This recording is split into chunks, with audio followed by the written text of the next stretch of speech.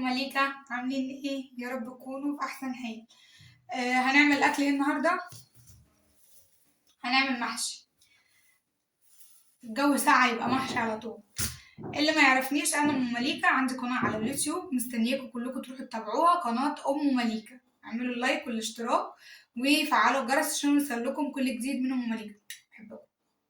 هنا كده انا هغسل الخضرة بتاعتي طبعا.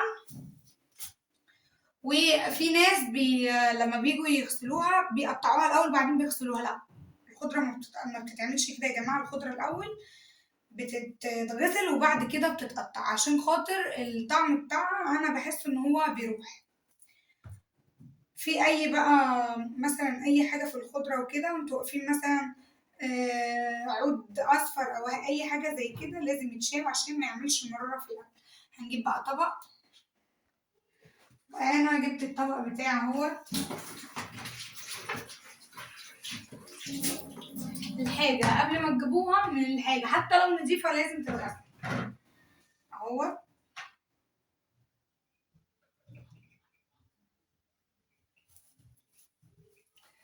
لايك والاشتراك يا اخواتي، تفعيل الجرس عشان يوصل لكم كل جديد من ام مليكة. شوية محشي على السريع كده. وانا عندي هما 2 كيلو بتنجان، قلت والله اللي هعمله.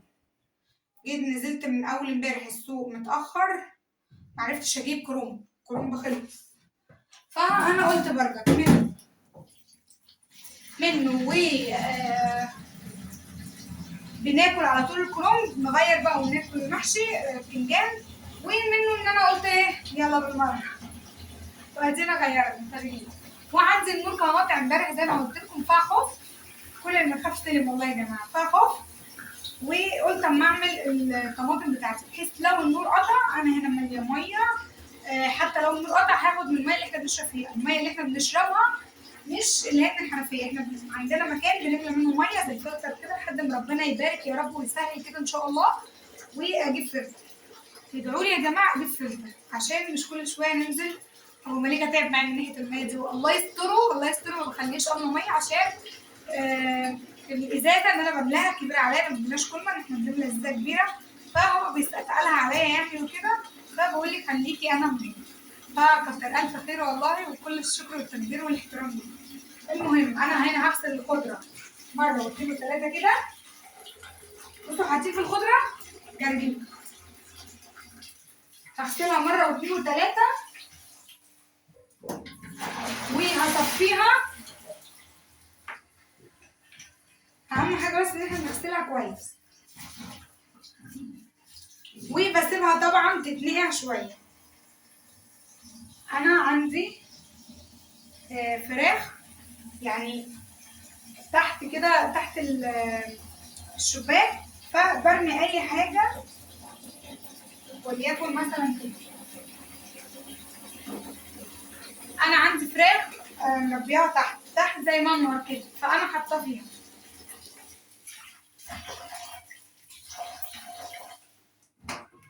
اهو كده بنقعها. بصوا كل حاجه منقوعه، كل حاجه منقوعه. الخضره معايا منقوعه، والفراخ بتاعتي بردك منقوعه، والبتنجان بتاعي منقوعين. بصوا كل حاجه عندي منقوعه. الطماطم بتاعتي انا ضربها في الخلاط، والخضره بتاعتي هي منقوعه، والفراخ بتاعتي منقوعه، وبردك البتنجان بتاعي منقوع برضو عشان انا غسلاه بردك، وعشان لو في اي حاجه ولا كده تراب يعني ولا كده ينزل منه. بصوا ودي انا عندي هنا فرخه تانية بس انا مش محتاجاها يعني، انا كنت مطلعه منها واحده عشان نعملها. والفراخ دي يا جماعه كانت ب70، كانت حوالي كيلو ونص، فجبت منها 5. الله يبارك لها يا رب ويديها الصحة، حماتي جابتهم لي ونضفتهم معايا، جابت لي 5 وقالت لي حطيهم عندك في الفريزر. ويا جماعة أنا عايشة في بيت عيلة ومع حماتي، يعني أنا وهي مع بعض فوق بقى تحت مع بعض. المهم يلا عشان ما نكترش على بعض، يلا بقى ما نعمل البصل. معانا البصل بتاعنا هنضربه في الكبة يا جماعة عشان الواحد أصلا عينه وجعه وقاعد يسيح. هنضربه في الكبة ونرجع. وهنا اهوت معانا البصل وانا غسلته، هقطعه كده في الكب على طول.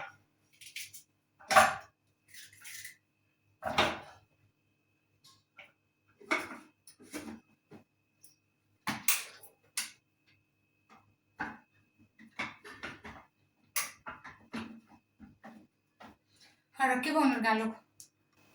وانا هو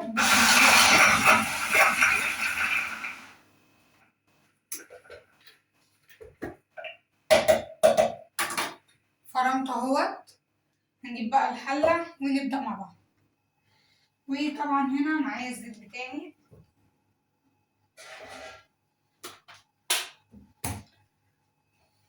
لما يقدح طبعا هنزل بالبصل اللي انا فرمته. وهنا انا عامله 3 بصلات متوسطين، عشان طبعا كل بقى واحد وحسب الكميه بتاعته. شوفوا ما قطعناش لسه البصل، بس عينينا حرقتنا والله.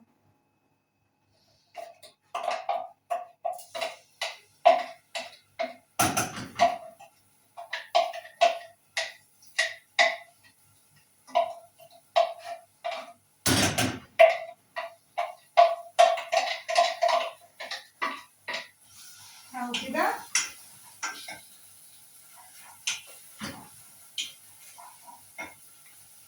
اول حاجه بقى طبعا احنا هنشطف دي ونحطها مكان عشان ما يبقاش عندنا مواعين. طبعا هنا انا بعد ما البصله بتاعتي تدي يعني سنه كده تدبل، انا بحط معلقه الثوم، نص معلقه. بيخلي المحشي رهيب رهيب يا جماعه. وطبعا انا هنا لسه جايبه بتاع كاتشب عشان خاطر مليكه بنتي بتحبه جدا مع البطاطس، يعني فطارها اعملي لي يا ماما بطاطس محمره، وبحط لها عليها شويه كاتشب كده وبتاكلها بتبقى جميله. هي بتحبها كده، عشان انا بنتي ما بتاكلش، فعماله اجيب معاها اي حاجه ان هي تاكل فيها. ومع العلم يا جماعه، بنتك بتاكل بلاش تعرفي حد، بنتك شاطره ما بلاش تعرفي حد، بنتك فيها اي حاجه حلوه بلاش تعرفي حد. انا بنتي الاول بسم الله ما شاء الله، الله اكبر الله اكبر، يعني والله العظيم ما حد حسدها غير يعتبر انا وباباها. بنتي الاول كانت بتاكل، كانت صغيره، كان عندها سنه وكان عندها سنتين. كانت بتاكل كميه اكل يعني بسم الله ما شاء الله. انا كنت بقول الاكل ده بيروح فين وهي اصلا شبه العصايه، كانت قد كده. انا نفسي بقيت اتفاجئ اقول يعني الاكل دوت بيروح فين. عملت لها تحليل ديدان وكده، وعملت لها تحليل الغده وما كانش فيها اي حاجه. بقيت اقول البنت دي ما بتاكلش، بقيت كل اللي يقابلني ما هو ما تعرفش كذا كذا كذا، ده كذا كذا كذا. بنتي دلوقتي بقت منع على الاكل، مفيش اكل. طبعا البصله بتاعتي هنا بقت دبلانه وادت لون كده، هنزل عليها بالطماطم بتاعتي.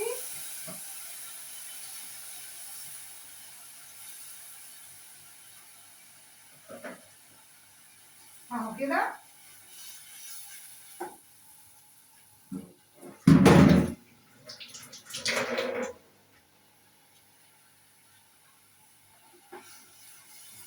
هنحط بقى بتاعتها التتبيله بتاعتها، وهنحط قرنين فلفل ونرجع مع بعض. معايا بقى طبعا هنا قرن فلفل احمر على الاخضر، اي حاجه عادي بحب اضيفه هنا. يعني حد كله ياخد باله من نفسه وهو بيطبخ، عشان الطرحه بتاعتي شبطت في البتاع ده، والحمد لله كانت هتحرق ظهري الحمد لله، وبوظت لي العبايه، والحمد لله ان هي جت على قد كده وما جاتش في حاجه كبيره. يا جماعه الحمد لله كل حاجه بتجيلي من عند ربنا بلاء انا بحمد ربنا عليها، بقول الحمد لله ان ربنا خففها عني بحاجه آه تكون يعني جايه هاديه. الحمد لله ان هي جت على قد كده الحمد لله. ما حاجه مش حاجه كبيره حصلت يعني الحمد لله. فالتوابل بتاعتي اهيت: كمون، فلفل اسمر، ملح، 7 بهارات، كزبره، وتوابل محشي.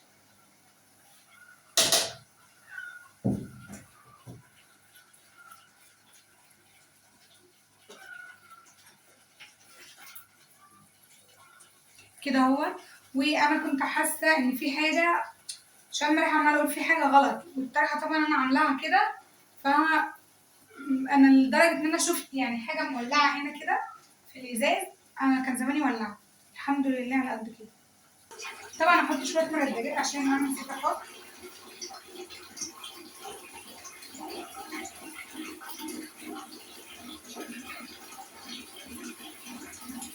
المرقه دي يا جماعه خرافه بجد، المرقه دي تحفه، بتوفر عن ان هي المكعبات، وهي جميله. هنروح بقى نخلط الخضره. وهنا حبايب قلبي انا هنا هشطف الفراخ بتاعتي تاني.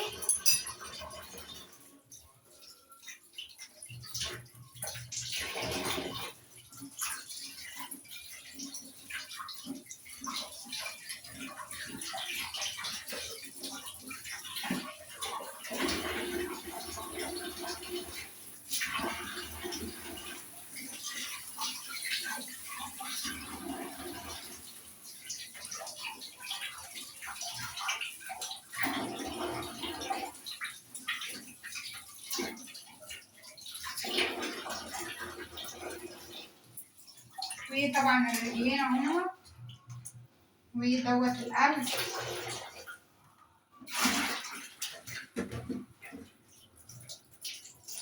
وكده اهوت انا هعلق عليها بقى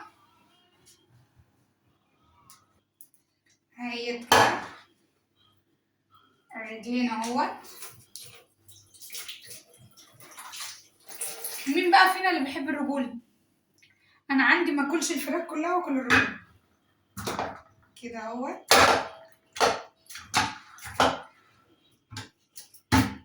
ماشي. وبقطع عليها 2 طماطم وواحدة فلفل طبعا.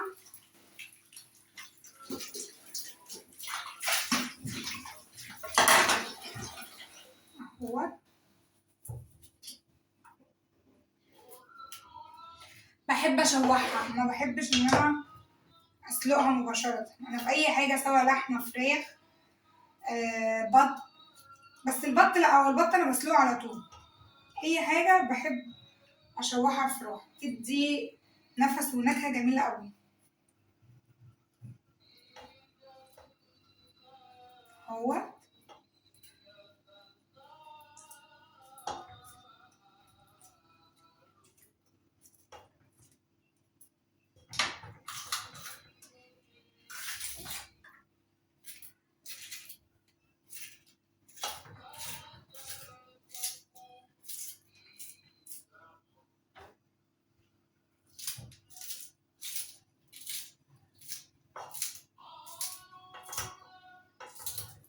اهو. نجيب بقى بصلاية،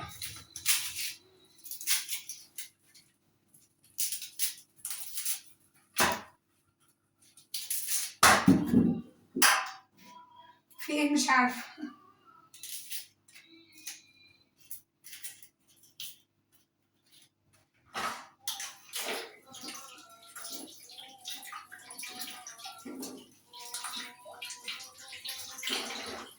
وطبعا هخرطها اهوت.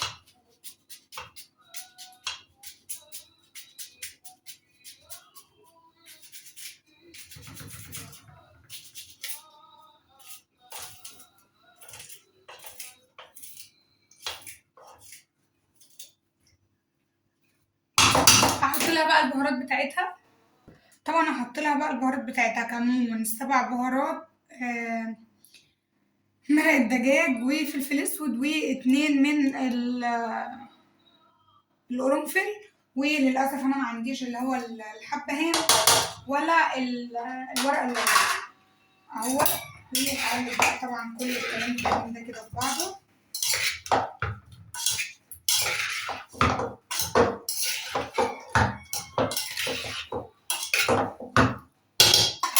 شوفوا القمر، هحطها على النار. طبعا هنا انا علقت عليها، هحط لها بقى المقدار بتاعها يا دوب هو كوبايه ميه، واسيبها تتشوح مع نفسها. بس كده اول لما تطلع الريحه بتاعتها هقلبها تقلبتين. وبرضك لو نشفت من الميه خالص احط لها شويه بشويه ميه صغيرين عشان انا ما بحبش اسلقها، بحب اشوحها. وطبعا بصوا هنا يا حبايب قلبي انا هنا غسلت الرز بتاعي وبقى نضيف كلها كده اهوت.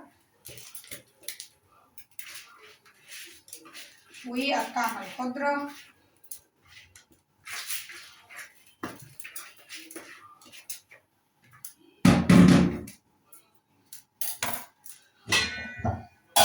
وطبعا هنزل هنا بالطماطم بتاعتي، وشكل الطماطم بتاعتي هتبقى قليلة.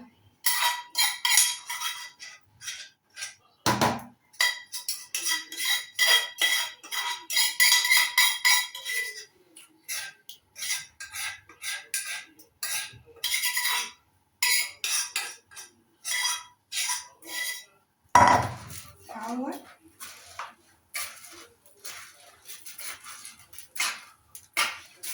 هقلب بقى طبعا وجاي. وهنا حبايب قلبي انا عملت الخلطة اهوت. هي بيضة شوية بس مش مهم، هي هنا حمرا شوية، هنا بيضة شوية مش عارفة ليه. ده بقى طبعا لو كان زمانه كروم كان زماني عملت صلصة من الأول. طبعا الحلة بتاعتي اهي حاطة فيها خضرة، وهبتدي بقى طبعا احشي كده.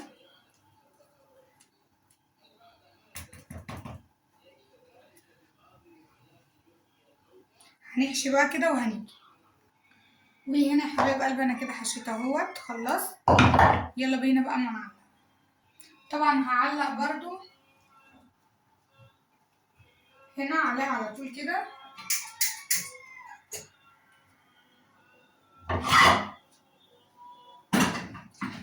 دي على عين ودي على عين. هعمل شويه لسان عصفور جنبها وبارك الله في مرزق على كده عشان انا تعبانه شويه، والحمد لله. اللي ما عرفنيش انا كنت في المستشفى من شهر، فضلت محجوزه 12 يوم، فالحمد لله على قد كده. لسه تعبانه شويه، وادعولي بالشفاء برضو.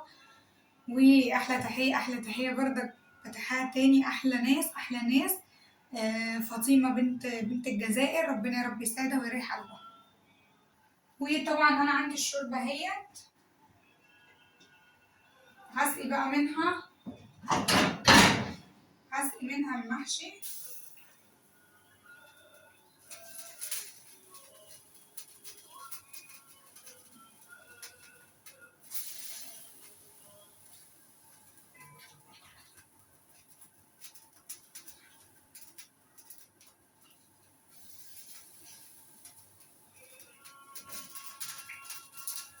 نسقي كده اهوت.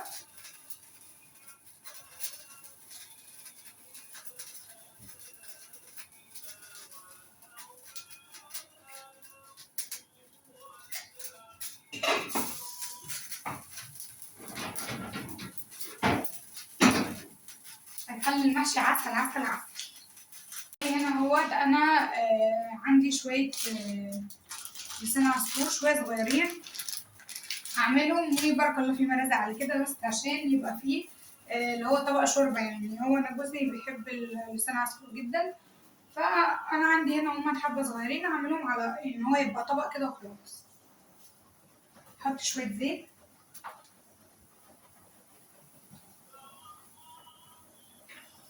شويه صغيرين، وهنزل عليهم شويه لسان عصفور.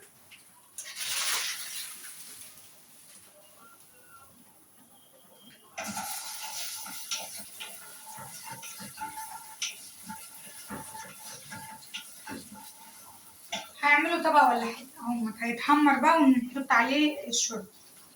هنا اهوت عندي لسان عصفور اهوت احمر وبقى عسل اهوت. هحط الشوربه،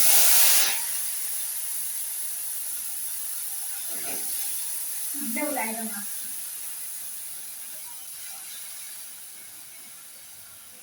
كده اهوت. هحط له الميه بتاعته بقى واسيبه ونيجي مع بعض تاني. طبعا هنا لسان عصفور شويه مرق دجاج، انا بحب المرقه قوي يا جماعه، وانا بحبها بتخلي الطعم في حته تانيه بصراحه.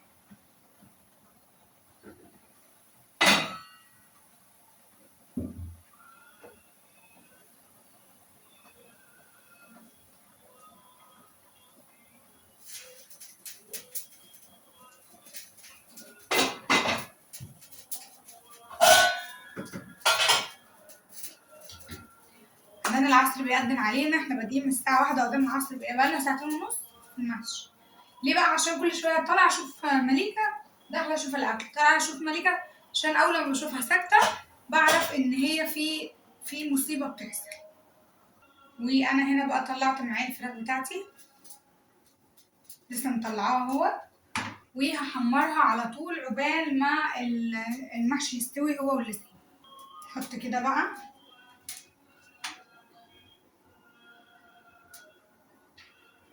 نقطة زيت ونحمرها